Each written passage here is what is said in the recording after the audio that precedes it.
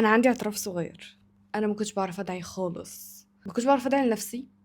اي حد كان بيقول لي ادعي لي كنت بساله عايزني ادعي له في ايه وبدعي له، بس انا ما كنتش بعرف ادعي، ما كنتش بعرف اطلب من ربنا اللي انا عايزاه. وكان في دعاء كده، آم، اللي هو تأدية واجب. كنت دايما لما كنت بحس ان انا تايهه في الحياه كنت اقول يا رب انت عارف، يا رب انت قادر. دعاء عام بشكل، بس عشان خاطر ابقى عملت نفسي دعيت، ابقى عملت اللي عليا ودعيت، بس انا فعليا ما كنتش بدعي. وكنت بحس طول الوقت ان انا ناقصني حاجه. هو الناس دي كلها بتعرف تدعي ازاي؟ بيعرفوا يقولوا ربنا ايه ازاي؟ فالنهارده جايه اكلمكم عن هو انا ليه ما كنتش بعرف ادعي، وازاي عرفت اكسر الحته دي، ازاي عرفت فعلا ابدا ادعي باللي نفسي فيه، وحصل ايه بعدها. هلو اهلا بيكم في حلقه جديده من بودكاست فهمني، تقدمه لكم افنان نايف، الحلقه السابعه والاخيره من الموسم الاول من بودكاست فهمني. ايه ده؟ الاخيره ازاي؟ ايه اللي حصل؟ انا من زمان مقرره ان كل موسم هيكون 7 حلقات عشان انا بحب رقم 7. وعندي افكار تانية كتير جدا عايزه اعملها على اليوتيوب غير البودكاست. it's time to make some changes. اكيد مش هوقف يوتيوب. في فيديوز تانية وافكار تانية وسلسله تانية جايه في الطريق، فستي تيوند. ولو مش عامله لي سبسكرايب اعملوا سبسكرايب عشان في حاجات حلوه كتير جدا هتكلم فيها الفتره اللي جايه. ولو لسه ما شفتوش الحلقات بتاعه السيزون ده كله، هتلاقوها موجودة في البلاي ليست اللي تبع الفيديو ده، وكمان هحط لكم لينكات الفيديوز اللي فاتت كلها في الديسكريبشن. بصوا بصة كده على السيزون ده ماشي ازاي. لو في عندكم اي تعليقات، اي improvements، اي حاجة حابين تقولها لي، كلي اذان صاغية. يلا بينا نبدأ الحلقة دي ونشوف هو انا ليه ما كنتش بعرف ادعي. ليه ما كنتش بعرف ادعي؟ واحد، كنت مكسوفة في الوقت ده من حياتي. انا ما كنتش قريبة من ربنا كفاية. ما كنتش بعمل اللي عليا كفاية في العبادات، كنت مقصرة جدا. فكنت حاسة ان انا طالما مش بقدم يبقى ما ينفعش اخد. فكنت بتكسف ان انا ادعي ربنا باللي انا عايزاه. يعني دي نظرية مغلوطة جدا جدا جدا. التاني، انا اصلا ما كنتش عارفة انا عايزة ايه، ما كنتش عارفة انا محتاجة ايه في الحياة. فكنت بقول يا رب انت عارف، يا رب انت قد، يا رب انت عارف انا تايهة قد ايه، انا قد ايه مش عارفة انا عايزة ايه. يا رب انت عارف انا اللي انا مش عارفاه عن نفسي، فيا رب انت قادر. الدعاء ده كان تسليم، بس مش 100%. يعني اللي هو توكلي عليك يا رب وخلاص، من غير ما ابقى حاساه فعلا. فلان انا كنت تايهه جدا في حياتي، عمري ما كنت حاطه لنفسي اهداف واضحه، خطط واضحه. فعمري ما كنت عارفه بجد بجد انا عايزه ايه، عشان لما اجي ادعي ربنا اقول يا رب اديني دي، يا رب انا عايزه دي. ما كنتش عارفه اصلا انا عايزه ايه. السبب الثالث ان انا كنت بخاف اتعلق باحلامي. اوكي، انا عارفه انا عايزه ايه، انا عايزه ده دلوقتي، خلاص عرفت حاجه. انا كنت بخاف اتعلق بيها قوي. كنت بخاف لما اقعد اكررها في الدعاء والح عليها، افضل متعلقه بيها اكتر واكتر واكتر، وما تجيش فازعل. وفي الواقع اللي كان بيحصل العكس تماما. سبب كمان هو ان انا ما كنتش فاهمه او مدركه يعني ايه يقين بالله سبحانه وتعالى. كلنا عارفين قدرة ربنا سبحانه وتعالى، ولكن عارفة الحاجة غير مدركة الحاجة. انا عارفة ان ربنا قادر على كل شيء، بل هل انا كنت مدركة ومتيقنة وعندي اليقين الكامل ان ربنا قادر على كل شيء؟ لا، ما كانش عندي اليقين ده. ما كانش عندي هذا القدر من الايمان ان انا فعلا مصدقة من جوايا ان ربنا قادر على كل شيء. عارفة ده وكمسلمة فاهمة ده، بس إدراكه واليقين بيه كانت مرحلة تانية خالص خالص في علاقتي بربنا. عدم اليقين كان حاجز كبير بيني وبين الدعاء. ما كانتش حاجة حلوة انك تعيش في الحياة من غير اليقين ده. فاليقين لما جالي او لما لقيته او لما ادركت قدرة ربنا سبحانه وتعالى، ادراك حقيقي، دماغي الفكرة دخلت جواه وعششت وريحت. ربنا قادر على كل شيء، شفتها بعيني، حسيتها بقلبي. لا، انا ازاي ما سلمتش امري لله من زمان. فان انا ما كانش عندي يقين اصلا كان من العوائق اللي بيني وبين فكرة ان انا ادعي. واخر سبب هو عدم الاستحقاق. الاحلام اللي انا عايزاها ما كنتش شايفة ان انا استحقها. كنت نفسي فيها، بس كنت حاسة طول الوقت انها بعيدة قوي قوي عليا، اكبر قوي مني.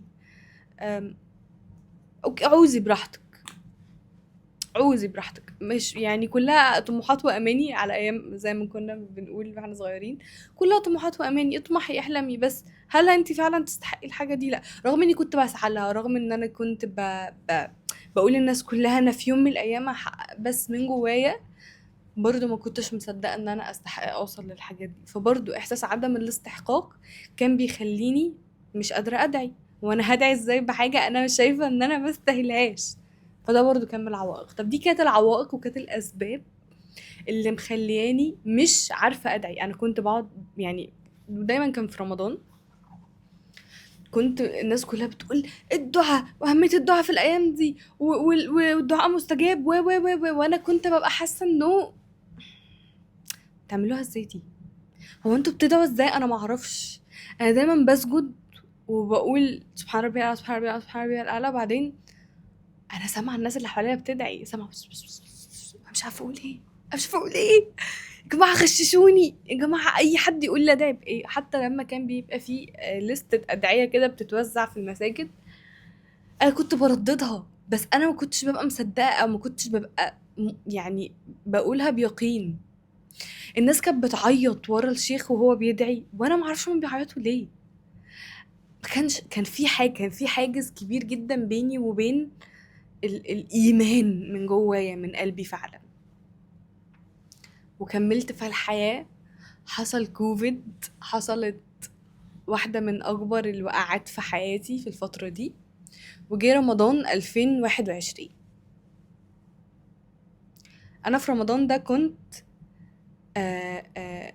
اللي هو انتهت حلول الارض تماما.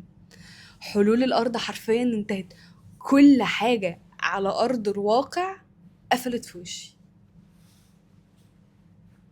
خلاص خلصنا كل الحاجات المنطقيه بالنسبه للبشر. وانا في اوضه متر في متر جوه دماغي، مفيش اي حلول، مفيش اي مخرج من اللي انا فيه. لقيت نفسي بعيط على سجادة الصلاة لأول مرة.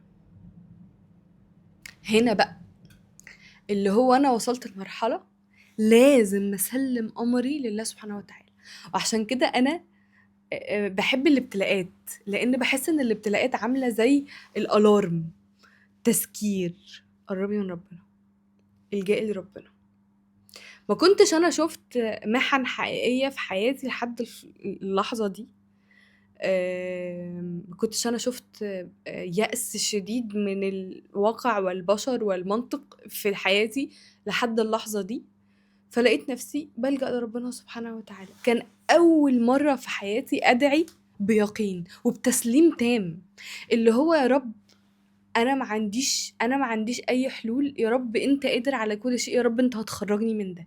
كنت عارفة كويس قوي أنا محتاجة إيه، كنت عارفة كويس قوي ايه اللي لو حصل هيخرجني من اللي انا فيه، كنت عارفة كويس قوي ايه مشكلتي، فكنت بدعي بيها. عشان كده لما بقول لازم نحدد اهدافنا في الحياة، ولما يكون عندنا هدف كبير لازم نقسمه لاهداف صغيرة، بيفرق على كل الاسبكت في الحياة. والله انت لما تبقى قاعد على سجادة الصلاة وعندك اهداف صغيرة عايز تحققها، تقول يا رب للاهداف دي، ويا رب للهدف الكبير، ويا رب للجنة.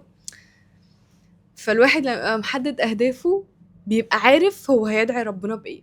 فواحد، كنت عارفه كويس انا عايزه ايه ومحتاجه ايه. اتنين، اليقين بقى. اليقين بقى ده اللي جه رزق من عند ربنا سبحانه وتعالى. طبعا ده كان رمضان، فالواحد كان بيقرأ وكان بيسمع دروس وكان كل الكلام ده. ففي الوقت ده انا ادركت كذا مبدأ. لما ادركتهم، في فرق قلت لكم كبير بين ان انا ابقى عارفه او مدركه. في كذا مبدأ لما ادركتهم فرقوا جدا معايا في طريقة الدعاء وطريقة استقبال نتائج الدعاء. واحد، دعائي مستجاب كده كده، والله يجيلي دلوقتي، هيجيلي قدام، هيجيلي في الآخرة، هو مستجاب. اتنين، ربنا قادر على كل شيء، فدعائي ده يعني ولا حاجة من قدرة ربنا سبحانه وتعالى. فلو خير ليا هيجي والله لو ايه. ولو شر ليا ربنا هيبعده عني اميال. فبقى عندي ايه؟ اليقين ان ربنا قادر على كل شيء، وان انا لو دعيت بإلحاح دعائي هيستجاب. فاكرين واحد من الاسباب ان انا كنت خايفة اتعلق بالدعاء بتاعي، كنت خايفة اتعلق بالاحلام دي لو دعيت لها كتير. اللي حصل هو العكس. ليه؟ لان يقيني بان ربنا بيقدر لي الخير دايما خلاني لما ادعي بحاجة وما تجيش ابقى مصدقة قوي انها مش خير ليا. فالتعلق اللي انا كنت خايفة منه حصل العكس، ان انا بقيتش بتعلق بالحاجة لاني بسلمها لله سبحانه وتعالى. فبسلمها لله سبحانه وتعالى وبقيت بسيب تقييمها لربنا بقى. والله خير هتيجي، مش خير مش هتيجي، فقشطة، مش زعلانة. لو ما جاتش مش زعلانة، اصلا مش خير. يا مش خير دلوقتي يا مش خير خالص. فالافكار دي كلها ساعدتني ان انا انطق حرفيا انطق وانا على سجادة الصلاة واقول يا رب. اخر حاجة خلتني التزم بقى بالدعاء بعد كده هي النتائج. انا دماغي عملت السنة دي 2021 كل حاجة، حمدك واشكر فضلك يا رب، كل حاجة دعيت بيها في رمضان 2021 اتحققت قبل نهاية السنة. ورمضان في السنة دي كان في شهر 5 أو 6. في النص التاني من السنة اتحقق فيه كل حاجة بعد رمضان. كل حاجة دعيت بإلحاح بيها في رمضان ده اتحققت في نفس السنة، رغم ان انا كنت بدعي ربنا يا دي يا دي، جالي الاتنين. انا ليه ما كنتش بعرف ادعي؟ ايه اللي حصل خلاني اكسر ده واعرف ادعي؟ الدعاء بقى اثر على علاقتي بربنا ازاي، او اثر على حياتي عموما ازاي. زي ما قلت لكم في كذا مبدأ في رمضان 2021 ده لما ايقنتهم فرقوا في طريقتي في الدعاء وفي استقبال النتائج، فرقوا كمان في علاقتي بربنا جدا. يقين بجد، بقيت ماشية في الحياة حاسة ان انا معايا عصاية سحرية، معايا ميزة. عارفين لما تبقوا في لعبة وتعملوا انلوك لليفل كده؟ فكنت حاسة انا عملت انلوك لميزة، انه هو انا ممكن ادعي بالحاجة وتتحقق، هو انا ممكن الح على حاجة وادعي لها بيقين شديد وتتحقق، وانا ممكن ادعي حاجة وما تتحققش بس انا مش هزعل، بس هتخلص من تعلقي بيها. بقيت ماشية في الحياة عندي اليقين ده. بقيت عارفين الواحد لما يبقى يستمتع بعلاقته بربنا. دعيت اصلا ان انا اقرب اكتر، انه الدعاء حقق لي حاجات غير منطقيه في ارض الواقع، حاجات ماديه جدا مع البشر. طب ما ادعي باللي انا عايزاه اصلا من زمان، ان انا علاقتي بربنا تكون قويه. بقيت بلجأ لربنا سبحانه وتعالى، تعلقي بالبشر قل وتعلقي بالله زاد.